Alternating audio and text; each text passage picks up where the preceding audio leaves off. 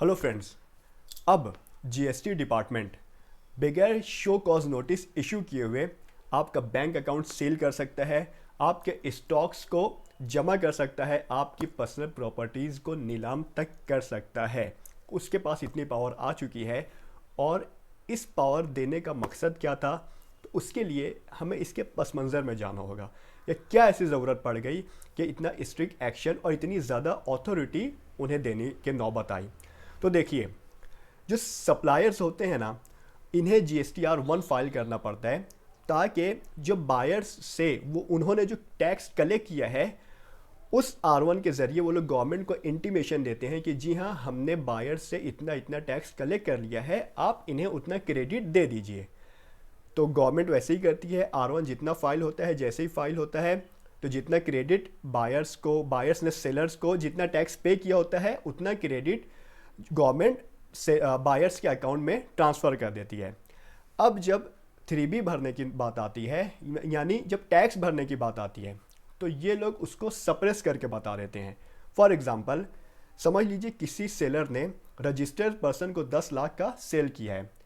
अब वो सेल्स के साथ वो जो उसका टैक्स भी कलेक्ट किया होगा, अगर हम 5% वाला प्रोडक्ट पकड़ें तो उन्होंने 50,000 रुपये लोगों से टैक्स कलेक्ट किया है और गवर्नमेंट को इंटीमेशन दे दिया R1 के ज़रिए कि जी हाँ, मैंने इनसे 50,000 रुपये टैक्स कलेक्ट कर लिए हैं, आप इन्हें इनका क्रेडिट दे दीजिए।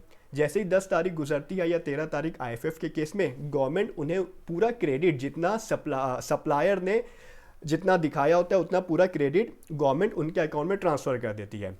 20 तारीख आती है GSTR 3B की। उसमें ये होता है कि जो भी समरी रिटर्न होता है, सेल परचेज का डिफरेंस, जो भी टैक्स आपने कलेक्ट किया है उतना आपको गवर्नमेंट को पे करना होता है। ऐसी सिचुएशन में ये लोग बताते हैं कि जी नहीं, हमने 10 लाख का सेल ही नहीं किया, हमने 1 लाख का सेल किया है और 5,000 रुपया टैक्स होता है इसका, आप ये 5,000 ले लो और मामला ख़त्म करो। अब गवर्नमेंट 50,000 रुपया बायर्स को पे कर चुकी है, इन्होंने 50,000 कलेक्ट किया है, लेकिन गवर्नमेंट को सिर्फ 5,000 पे करें और 45,000 इनकी जेब में चला जाता है।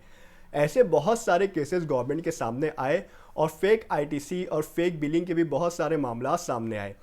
अब होता यूँ था कि जब GST डिपार्टमेंट को ये ट्रैक मिलता था तो वो शोकॉज नोटिस इशू करती थी। शोकॉज नोटिस मिलती थी, 100 में से 90% लोग तो वैसे ही बच जाते हैं। 10% या 8% जितने भी लोगों को, जो लोग ट्रैक हो जाते थे, उनको शोकॉज नोटिस मिलती थी, वो फ़ौरन जितना उनका बाकी रहता था बकाया वो सारा पे कर देते थे। लेकिन जो टाइम लैप्स हुआ है उतने अरसा गवर्नमेंट के पास वो फंड की कमी रही और फिर वो भी इन्हें जब उसी सूरत में भरे जब ये लोग को गवर्नमेंट GST डिपार्टमेंट की तरफ से शोकॉज नोटिस मिली। तो ऐसी सिचुएशन को इसको पूरा ख़त्म करने के लिए इसी साल फिनांस एक्ट ने कुछ प्रोविजंस लेकर आए थे। उन प्रोविजंस को अब CBIC ने, central board of indirect taxes and customs ने 21 दिसंबर 2021 के अपने एक नए नोटिफिकेशन नंबर 39/2021 सेंट्रल टैक्सेस, इसके थ्रू 1 जनवरी 2022 से लागू करने का फैसला किया है। इसकी वजह से अब होगा क्या कि इसमें जो सेक्शन 75 का जो सब सेक्शन 12 था उसमें चेंजेस कर दिए गए हैं।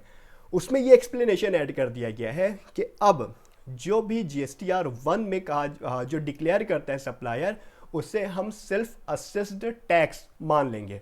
सेल्फ असेस्ड टैक्स मान लेने से क्या होगा, वो ये होता है कि इसका मतलब ये है कि जी हाँ, मैंने खुद असेस किया है कि इतना टैक्स भरना आ रहा है और एक तरीके से ये सप्लायर के ऊपर एक बाइंडिंग हो जाएगी, एक उसके ऊपर एक पकड़ने की एक वो पॉइंट हो जाएगा कि हाँ ठीक है, इसने खुद डिक्लेयर किया है कि इतना टैक्स पे करना आ रहा है और इतना टैक्स नहीं जमा हुआ है हमारे पास।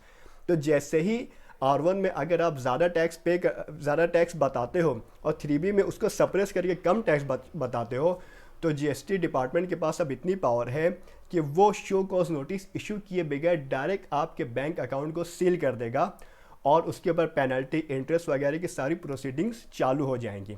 तो जो लोग भी ऐसा करते हैं, ऐसे सारे लोग नहीं करते हैं, बहुत कम होते हैं ऐसे करने वाले, लेकिन जो लोग भी हैं उन्हें काफ़ी मोहतात होना चाहिए, क्योंकि ये जो चीज़ है ये मिस्टेकनली नहीं हो सकती। GSTR 1 में जो डेटा आप फाइल करते हो, GSTR 3B में ऑटोमेटिक वही डेटा उठा लेता है। अब अगर आप उसमें चेंजेस करके उसको सप्रेस कर रहे हो, उसको कम कर रहे हो, मतलब आप डिलिबरेटली डिफ़ॉल्ट करने की कोशिश कर रहे हो और फ्रॉड करने की कोशिश कर रहे हो। तो इस ऐसी सिचुएशन में आपको काफ़ी मोहतात रहने की ज़रूरत है और ऐसी कोई भी गलती ना करें जिसकी वजह से गवर्नमेंट आपका अकाउंट अटैच करे या आपकी पर्सनल प्रॉपर्टी पे कोई आंच आए। उम्मीद करता हूँ बातें समझ आई होंगी।